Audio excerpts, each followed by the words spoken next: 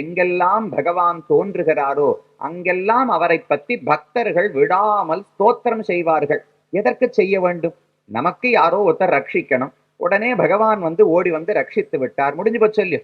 நான் அவரை அழைத்தேன், அவர் வந்து ரட்சித்தார், அதோடு நமக்கு தொடர்பு முடிந்து போய்விட்டது.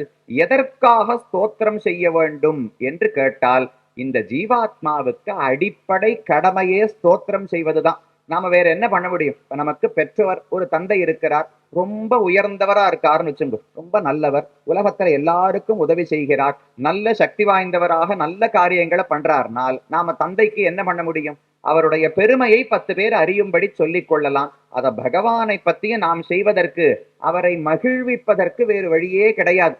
ஆண்டாளுடைய திருப்பாவை முழுக்க தேடி பாருங்க, திரும்ப திரும்ப ஒரே வார்த்தை தான் வரும், பாடி பாடி பாடி பாடி. பகவானுடைய செல்வம் ஐஸ்வர்யத்தை பத்தி நான் பாட போறேன், அவருடைய சேவகம் வீரச் செயல்களை பத்தி நான் பாடப்போகிறேன், பாடப்போறேன் பாடப்போறேன் பாடப்போறேன்னு 30 பாசுரங்களிலும் தெரிவிக்கிறாளே.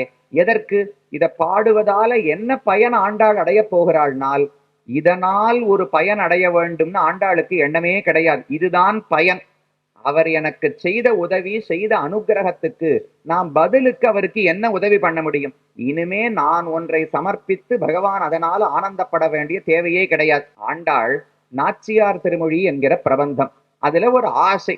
திருமாலிரும் சோழமலை அழகர் பெருமான் இருக்காரோ இல்லையோ, அவருக்கு 100 கங்காளங்களில் அக்காரடிசில் 100 கங்காளங்களில் வெண்ணெய் சமர்ப்பிக்க வேண்டும் என்று ஆண்டாள் ஆசைப்படுகிறாள். ஒன்னும் அவளால பண்ண முடியாது. 5 வயது பெண், துளி வெண்ணெய் சமர்ப்பிப்பதற்கே பணம் இருக்குமான்னு தெரியாது, 100 கங்காளத்துக்கு ஆசைப்பட்டாள். இத பட்டர், பராசர பட்டர் என்கிற ஆச்சாரியன் உபன்யாசமா சொல்லிட்டு இருக்கார். உமக்கு இன்னும் அர்த்தம் புரியல. கண்ணன் பார்த்திருக்கிற வெண்ணையோடு ஒப்பிட்டு பார்த்தால் நீ 100 கங்காளத்துல கொடுக்கிறது கூட ஒரு பொருட்டே கிடையாது. அவர் கோகுலத்துல பார்த்த வெண்ணெய் எவ்வளவு கங்காளம் இருக்குமோ கணக்கே பண்ண முடியாது. கண்ணன் பிறப்பதற்கு முன்னால் ஊர்ல எல்லாரும் வெண்ணெய் பால் தயிர் சாப்பிட்டு வளர்ந்தாளாம்.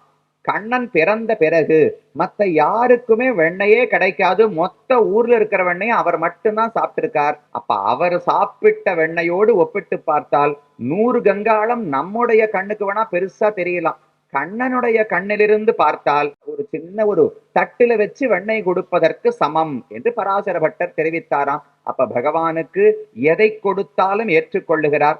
அதிகமாக கொடுக்க வேண்டும்ங்கிற தேவையே கிடையாது. அவனை பற்றி பாடும் போதும் நம்முடைய இன்பத்துக்காக பாடப்போகிறோம், அதனால ஒரு பயனடைய வேண்டும்னு யாரும் இங்கு எதிர்பார்ப்பதில்லை. பாடுவதே பயன்.